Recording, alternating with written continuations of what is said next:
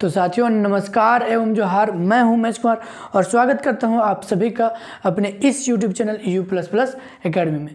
तो साथियों आज मैं बताऊंगा कोलिजन पैरामीटर्स। जी हाँ साथियों, कोलिजन पैरामीटर्स। तो चलिए आगे बढ़ते हैं और आज पर फोकस करते हैं। आगे बढ़ने से पहले जान लेते हैं आपका हालचाल। तो कैसे हैं आप सब? बोले तो एकदम झक्कास। तो चलिए आगे बढ़ते हैं। तो साथियों आज हम लोग पढ़ेंगे कोलिजन पैरामीटर्स। जी हाँ साथियों, कोलिजन पैरामीटर्स। तो चलिए सबसे पहले हम लोग जानते हैं कोलिजन डायमीटर्स के बारे में। क्या है? पहला हमारा है कोलिजन डायमीटर। अब देखिए साथियों, ये बात तो हम लोग पहले से ही जानते हैं कि गैसियस मॉलिक्यूल्स जो हैं, गैसियस मॉलिक्यूल्स रैंडम मोशन में होते हैं। क्या होते हैं? गैसियस मॉलिक्यूल जो होते हैं वो रैंडम मोशन में होते हैं इन ऑल पॉसिबल डायरेक्शन।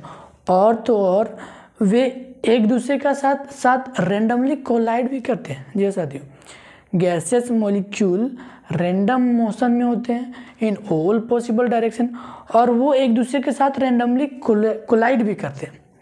तो अब क्या करते हैं कि सपोज ऐसा मान लेते हैं कि दो आइडेंटिकल मॉलिक्यूल, देखिए साथियों यहाँ पर आप लोग देखिएगा, ध्यान दीजिएगा कि हमने क्या किया है।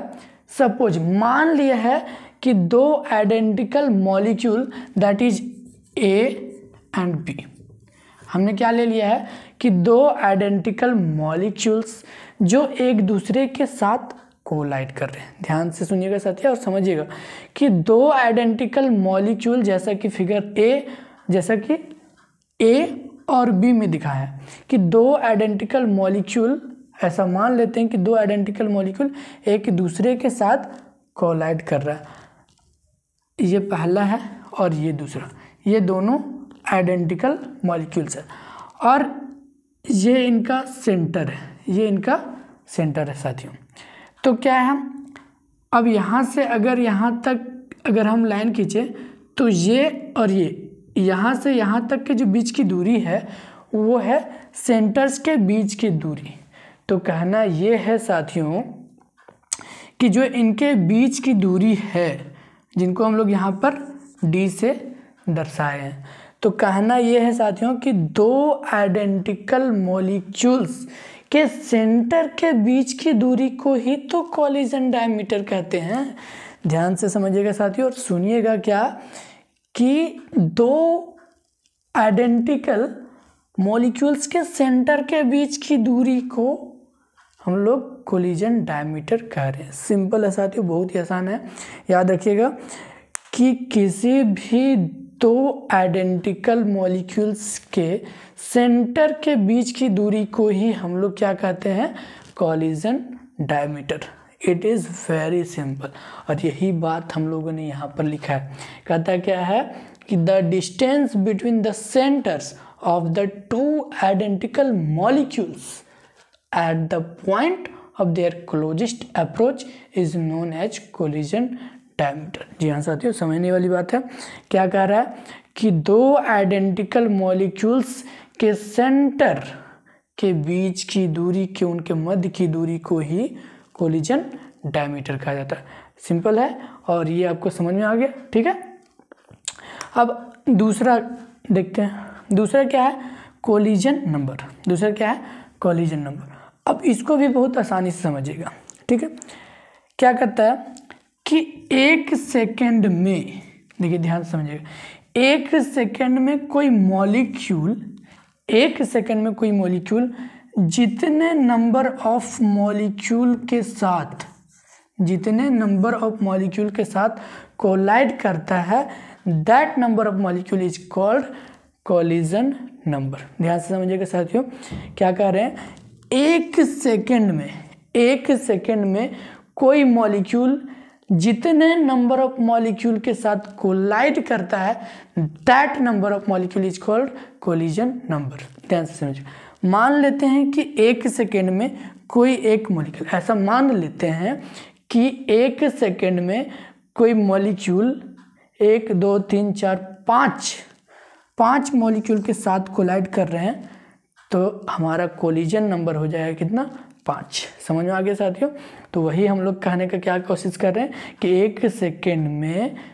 एक सेकेंड में कोई मॉलिक्यूल जितने नंबर ऑफ मॉलिक्यूल के साथ कोलाइड करता है वही हमारा क्या होता है, कोलिजन नंबर। सिंपल।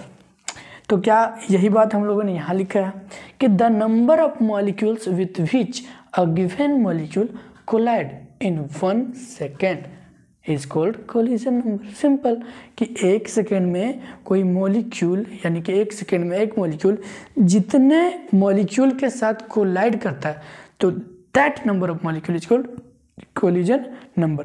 और इसको हम लोग मैथमेटिकली कैसे कैलकुलेट करेंगे साथियों, तो देखिए इसको हम लोग मैथमेटिकली कि कितने एक मॉलिक्यूल एक सेकेंड में कितने मॉलिक्यूल्स के साथ कोलाइड करता है, इसको हम लोग मैथमेटिकली कैसे कैलकुलेट करेंगे। तो उसको मैथमेटिकली कैलकुलेट करने का तरीका ये है, हमारा क्या है, कोलिजन नंबर। ठीक है, कोलिजन नंबर। और कोलिजन नंबर को हम लोग जेड से डिनोट करते हैं साथियों। और इसको हम लोग मैथमेटिकली कैलकुलेट करने के लिए क्या है, एक फार्मूला होता है और उस फार्मूला को आपको ध्यान में रखना होगा।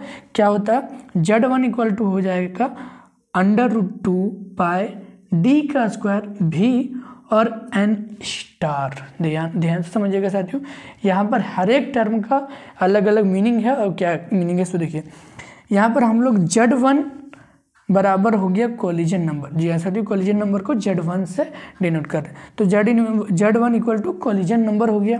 यहाँ पर D जो है वो कोलिजन डायमीटर है जो हमने यहाँ पढ़ा है।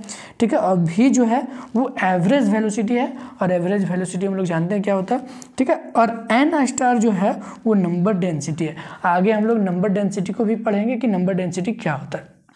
ठीक है साथियों, तो इस फॉर्मूले के सहायता से हम लोग ये बात कैलकुलेट कर सकते हैं कि एक सेकेंड में कोई मॉलिक्यूल कितने नंबर ऑफ मॉलिक्यूल के साथ कोलाइड करता है।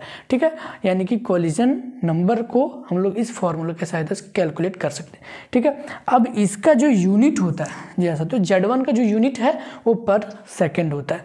यहाँ पर ये नोट करने वाली बात है। तो ये आपको समझ में आ गया। अब हम लोग तीसरे की ओर बढ़ते हैं कि तीसरा पैरामीटर हमारा क्या होता है। ठीक है,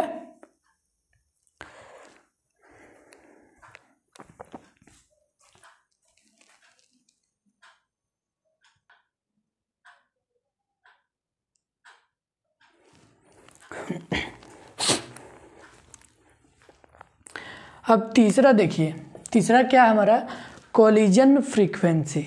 जी हाँ साथियों, तीसरा हमारा है कोलिजन फ्रीक्वेंसी, और इसको हम लोग Z11 से डिनोट करते हैं। अब कोलिजन फ्रीक्वेंसी क्या होता है इसको जानते हैं, तो ध्यान से सुनिएगा साथियों। क्या कहता है कि एक मॉलिक्यूल, देखिए ध्यान से समझिएगा कि एक सेकेंड में कोई मॉलिक्यूल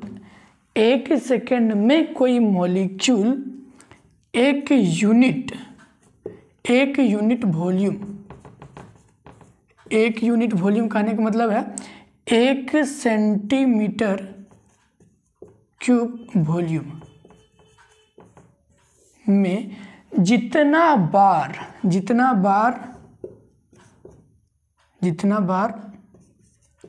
कोलिजन करता है उसी को हम लोग कहते हैं कोलिजन फ्रीक्वेंसी। ध्यान से समझिएगा साथियों। कहता है कि कोई मॉलिक्यूल, एक मॉलिक्यूल कंपैरिजन कर लेते हैं कि एक मॉलिक्यूल एक सेकेंड में 1 यूनिट वॉल्यूम, कहने का मतलब है कि 1 सेंटीमीटर क्यूब वॉल्यूम में जितना बार कोलाइड करता है, कोलिजन करता है, उसी को हम लोग क्या कहते हैं, कोलिजन फ्रीक्वेंसी। जितना बार, जी हाँ साथियों समझिएगा ध्यान से, कि एक मॉलिक्यूल, मतलब कोई भी मॉलिक्यूल ले लेते हैं कि कोई मॉलिक्यूल 1 सेकेंड में 1 यूनिट वॉल्यूम, कहने का मतलब है 1 सेंटीमीटर क्यूब वॉल्यूम में जितना बार कोलिजन करता है साथियों, उसी को हम लोग कहते हैं कोलिजन फ्रीक्वेंसी। और इसे हम लोग Z11 से डिनोट करते हैं। और यही बात हम लोगों ने यहाँ पर एक्सप्लेन किया, कहा क्या कि द नंबर ऑफ कोलिजन्स पर unit volume per second in a sample of a gas at given temperature is called the collision frequency. This is given by, ध्यान से समझिएगा साथियों, यही बात हमने एक्सप्लेन किया है कि गिवन टेम्परेचर पे, दिए हुए तापमान पे कोई मॉलिक्यूल 1 सेकेंड में 1 यूनिट वॉल्यूम, कहने का मतलब 1 सेंटीमीटर क्यूब वॉल्यूम में जितना बार कोलाइड करता है उसी को हम लोग क्या कहते हैं, कॉलिजन फ्रीक्वेंसी, और इसको हम लोग क्या कहते हैं, Z11 से डिनोट करते हैं। और इसको मैथमेटिकली हम लोग कैसे कैलकुलेट कर सकते हैं साथियों, तो उसके लिए फॉर्मूला हमारा क्या है, Z11 equal to pi d²v(n) का स्क्वायर बाय √2।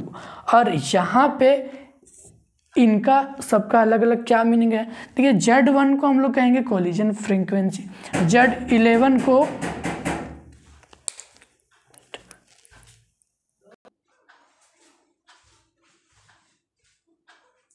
देखिए यहाँ पे Z11 equal to collision frequency, D को हम लोग कहेंगे कोलिजन डायमीटर, N* को हम लोग कहेंगे नंबर डेंसिटी, ठीक है, और V को हम लोग कहेंगे एवरेज वेलोसिटी। ये समझ में आ गया साथियों। अब यहाँ पर देखिए जो Z11 है उसको हम लोग क्या कह रहे हैं, कोलिजन फ्रीक्वेंसी, और Z11 का जो यूनिट है वो क्या होगा, पर सेकंड पर मीटर क्यूब, ठीक है। तो ये हो गया हमारा कोलिजन फ्रीक्वेंसी। अब आइए जानते हैं हमारा नंबर डेंसिटी। एट फाइनल देखिए हम लोग 2 बार कोलिजन नंबर और कोलिजन फ्रीक्वेंसी में 2 बार N* का प्रयोग किए हैं। N* का क्या मतलब है, नंबर डेंसिटी। अब नंबर डेंसिटी क्या होता है साथियों, तो समझिएगा क्या कहता है कि 1 सेंटीमीटर क्यूब वॉल्यूम में, ध्यान दीजिएगा साथियों, क्या कहना है कि पर यूनिट वॉल्यूम में, यानी कि 1 सेंटीमीटर क्यूब वॉल्यूम में जितना मॉलिक्यूल प्रेजेंट रहेगा, यानी कि जितना मॉलिक्यूल उपस्थित रहेगा उसी को तो हम लोग कहेंगे नंबर डेंसिटी। तो सिंपल समझ में आ गया साथियों, क्या कहना है कि 1 सेंटीमीटर क्यूब वॉल्यूम में जितना मॉलिक्यूल प्रेजेंट रहेगा, जितना मॉलिक्यूल उपस्थित रहेगा, वही होगा हमारा नंबर डेंसिटी। और इसी को हमने एक्सप्लेन किया क्या, the number of molecules present per unit volume is known as number density and it is denoted by N*। समझ में आ गया।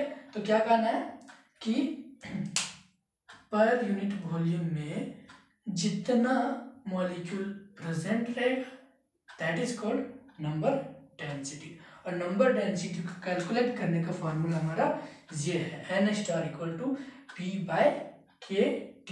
और यहाँ पर K क्या है, बोल्ट्जमैन कांस्टेंट। समझ में आ गया साथियों। तो ये हमारा है कोलिजन फ्रीक्वेंसी और ये है नंबर डेंसिटी। और टोटल हमने कोलिजन पैरामीटर्स पढ़ा है, और कोलिजन पैरामीटर्स में 4 पैरामीटर्स हम लोगों ने पढ़ा है, ठीक है। अब हम लोग थोड़ा जानेंगे इसका इफेक्ट, ठीक है। तो चलिए आगे बढ़ते हैं।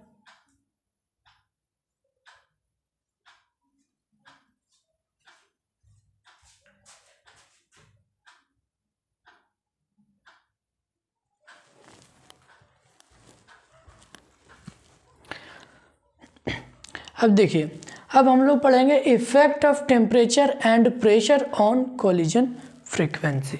क्या कहता है कि इफेक्ट ऑफ टेम्परेचर, यानी कि टेम्परेचर और प्रेशर का कोलिजन फ्रीक्वेंसी पे क्या प्रभाव पड़ता है, यही हम लोग देखने वाले हैं। तो सबसे पहला अभी हम लोगों ने कोलिजन पैरामीटर पढ़ा है, ठीक है। तो टेम्परेचर और प्रेशर पे कोलिजन फ्रीक्वेंसी पे क्या इफेक्ट होता है, क्या प्रभाव होता है, उससे क्या रिजल्ट निकलता है, वही हम लोग देखते हैं। तो कहता है कि ऑन इंक्रीजिंग टेम्परेचर, जैसे जैसे टेम्परेचर बढ़ता है, the average velocity of the gas molecule increases, यानी कि जैसे जैसे टेम्परेचर बढ़ता है तो मॉलिक्यूल्स का एवरेज वेलोसिटी भी बढ़ता है। देयरफॉर इसीलिए कोलिजन फ्रीक्वेंसी ऑल्सो इंक्रीजेस, इसीलिए कोलिजन फ्रीक्वेंसी क्या होता है, ये भी बढ़ता है। कहने का मतलब है कि टेम्परेचर बढ़ता है तो मॉलिक्यूल्स का एवरेज वेलोसिटी बढ़ता है, और इसी कारण से जो कोलिजन फ्रीक्वेंसी है वो भी इंक्रीज होता है। फाइनल जो मीनिंग है, जो हमारा यहाँ से रिजल्ट निकल के आता है, Z11 directly proportional to average velocity. इसका कहने का मतलब है कि कॉलिजन फ्रीक्वेंसी जो है वो डायरेक्टली प्रोपोर्शनल होगा एवरेज वेलोसिटी का। यहाँ से यही रिजल्ट निकल के आता है साथियों। समझ में आ गया। अब अगला देखते हैं क्या कहता है। दूसरा है ऑन इंक्रीजिंग द प्रेशर, जैसे जैसे प्रेशर बढ़ता है the volume of gas decreases. तो जैसे जैसे प्रेशर बढ़ता है तो वॉल्यूम घटता है। प्रेशर बढ़ता है, वॉल्यूम घटता है। देयरफॉर इसीलिए नंबर ऑफ मॉलिक्यूल्स पर सेंटीमीटर क्यूब, यानी कि नंबर ऑफ मॉलिक्यूल पर सेंटीमीटर कहने का मतलब है कि number density of the gas increases. समझ लीजिएगा साथियों, क्या कि प्रेशर बढ़ता है तो वॉल्यूम घटता है, जिसके कारण से नंबर डेंसिटी क्या होता है, इंक्रीज करता है। और फाइनल हम लोग कह सकते हैं क्या साथियों कि Z11 is directly proportional to number density, that is called, यहाँ पर कोलिजन फ्रीक्वेंसी क्या है, collision frequency directly proportional to number density. ये हमारा कहने का मतलब है। ठीक है साथियों, आई थिंक कि आज मैंने जो आपको बताया वो आपको अच्छे से समझ में आ गया होगा। ठीक है, तो इसको आप अच्छे से समझिए और ध्यान में रखिएगा। ठीक है साथियों, तो आज के वीडियो में बस इतना ही। मिलते हैं हम अपने अगले वीडियो में, तब तक के लिए बाय बाय, धन्यवाद।